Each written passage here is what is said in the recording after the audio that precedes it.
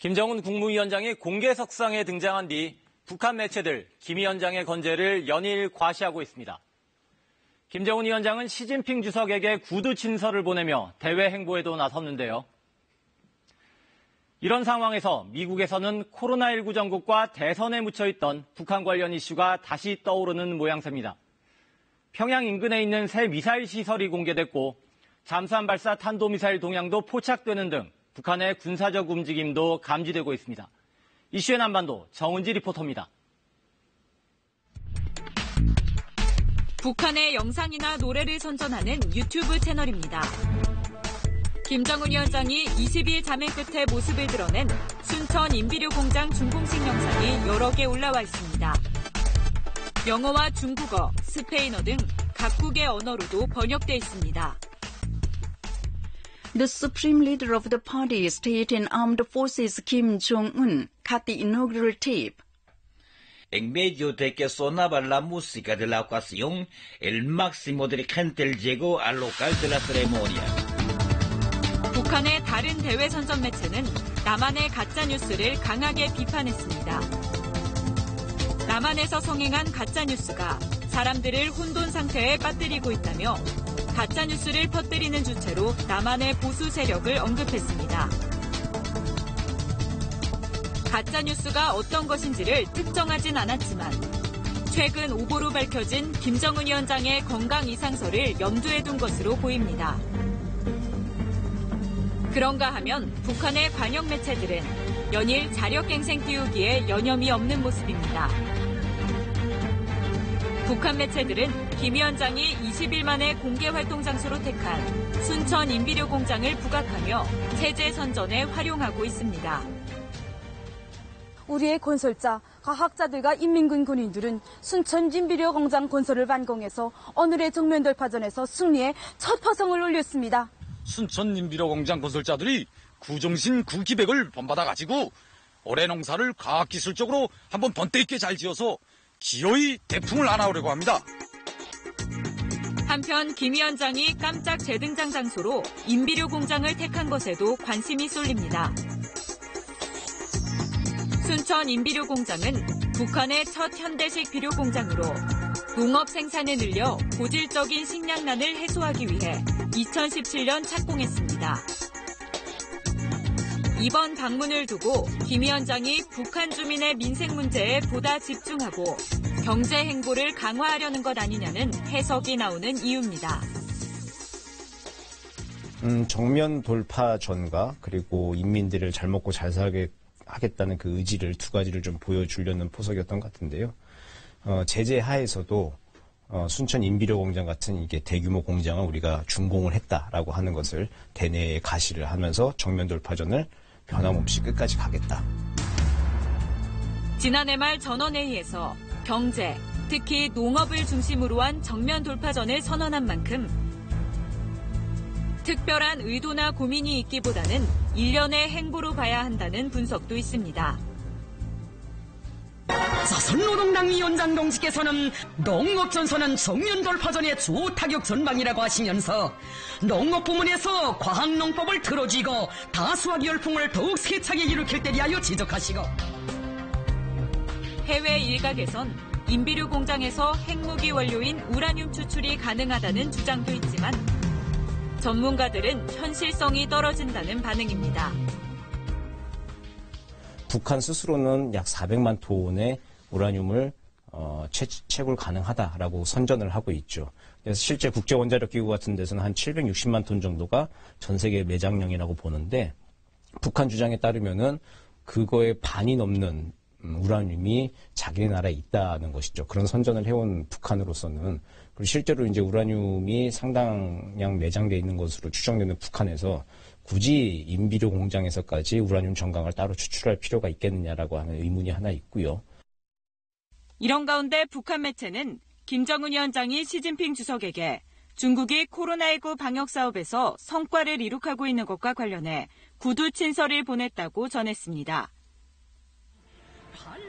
중국과 협력해 북한의 경제난을 우선 해결하면서 양국 관계 발전에 대한 의지를 다시 한번 과시했다는 평가가 나옵니다.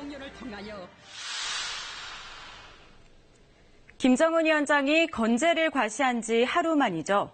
지난 3일 북한군은 우리 군의 중부전선 감시초소를 향해 총격을 가했습니다. 북한의 총격은 남북이 군사적 적대 행위를 전면 중지하기로 한 9.19 남북군사합의 위반인데요. 우리 군은 대북 전통문을 통해 북한에 강력히 항의하고 재발 방지를 요구했습니다.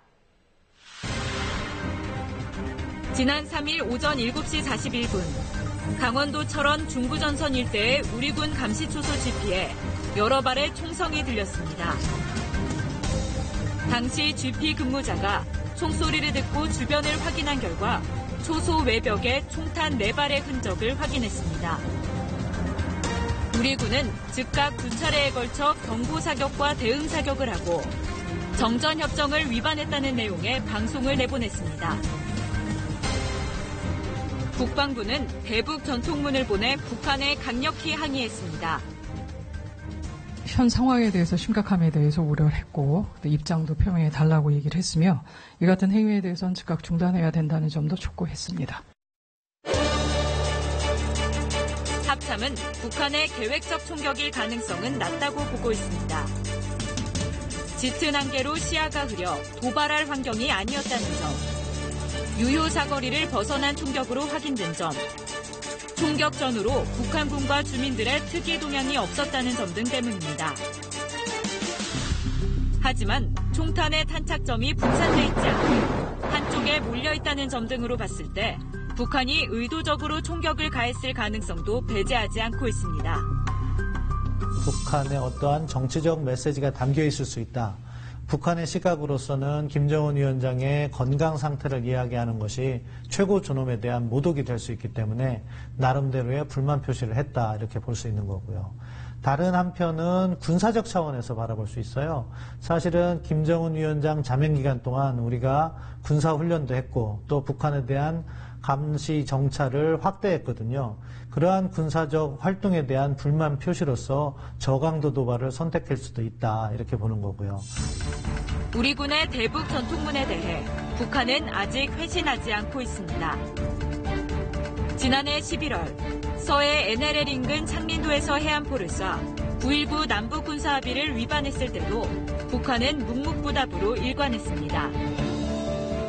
유엔사는 피격 현장에 특별조사팀을 보내 정전협정 위반 여부를 가리기 위한 조사를 시작했습니다. 구체적인 것은 현장 조사가 좀 더 이루어지고 평가가 이루어져야만이 좀 더 정확한 설명이 가능할 것 같습니다. 다만 북한은 인민무력성 대변인 담화를 통해 최근 실시된 우리 군의 서북도 합동방어훈련을 문제 삼으며 남북 군사합의에 대한 전면 역행이라고 주장했습니다. 북한이 우리 측 GP에 총격을 가한 지 5일 만에 나온 반응인데 이처럼 공식 기구를 통해 남북 군사합의 역행이라는 표현을 쓴 것은 이번이 처음입니다. 국방부는 합동방어훈련이 남북 군사합의서에서 명시된 해상 적대행위 중지 해역이 아닌 전부 군산 앞바다에서 이뤄져 합의 위반이 아니라고 반박했습니다. 폼페이오 미 국무장관은 비무장지대의 우리 군 감시초소에 북한이 총격을 가한 것은 우발적인 사건일 거라고 밝혔습니다. 최근 김 위원장의 공백기에 대해선 말을 아꼈지만 미국의 임무는 북한이 핵을 포기하도록 하는 것이라고 다시 강조했습니다. Regardless of any of that, our mission has remained the same. To convince the North Koreans to give up their nuclear weapons, to verify the same, and to then create a brighter future for the North Korean people. That's been something President Trump's been focused on. 앞서 김 위원장의 복귀를 환영했던 트럼프 대통령은 북한과 전쟁을 치르지 않은 것은 본인의 공적이라고 재차 강조하며 대북 이슈 띄우기에 나섰습니다. 이런 가운데 신임 미 국가정보국장 지명자는 북한의 핵 추구가 깊은 우려를 낳고 있다고 언급했는데요. 다만 제재 완화와 정치 안보적 혜택을 대가로 북한이 일부 핵과 미사일을 거래할 가능성은 있다고 했습니다. 국정원은 북한의 잠수함 발사 탄도미사일 SLBM의 추가 발사 가능성이 있다고 보고 동향을 파악 중인 것으로 확인됐습니다. 평양 순안국제공항 남서쪽 실리에서 축구장 40배가 넘는 크기의 새로운 탄도미사일 지원 시설이 발견됐다고 미국 북한 전문 매체 분단을 넘어가 밝혔습니다. 이 시설의 정확한 기능은 분명하지 않다면서도 지하시설 배열과 규모로 볼 때 탄도미사일 공장에서 운반된 부품을 조립하는 시설일 수 있다고 분석했습니다. 하지만 위성 관찰이 용이하고 유사시 표적이 되기 쉬운 공항 인근에 북한이 과연 탄도미사일 시설을 만들었는지는 좀 더 정밀한 분석이 필요하다는 지적입니다. 한편 미국 상원인준 청문회에 참석한 레클리프 미 국가정보국장 지명자는 북한의 핵미사일 추구는 여전히 깊은 우려라고 언급했습니다. North Korea and its continued possession of nuclear weapons and delivery systems. 이런 가운데 북한이 잠수함 발사 탄도미사일 SLBM의 성능 보완을 위한 지상시험을 실시한 것으로 추정된다고 국정원이 국회 정보위에 보고했습니다.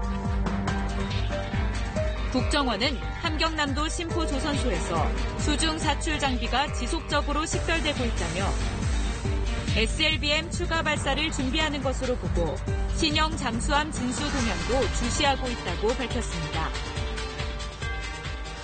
북한은 좀 일관되게 자신들의 전략에 따라서 지금 행동을 하고 있는 것으로 보입니다. 자신들의 생존을 위해서 도발적인 행태를 서슴지 않고 그러면서 그 도발적인 행태를 9번 하다가 한 번의 대화 의지를 보여주게 되면 그것이 오히려 더 극대화된 효과가 있잖아요. 현재로서는 기대했던 도쿄올림픽이라고 하는 빅 이벤트도 없어지고 또 코로나 전국에다가 그 북한도 정면 돌파전을 포기할 용의가 없어 보이는 상황에서는 상당 기간 이런 그 도발과 경색 국면은 좀 지속될 것 같습니다.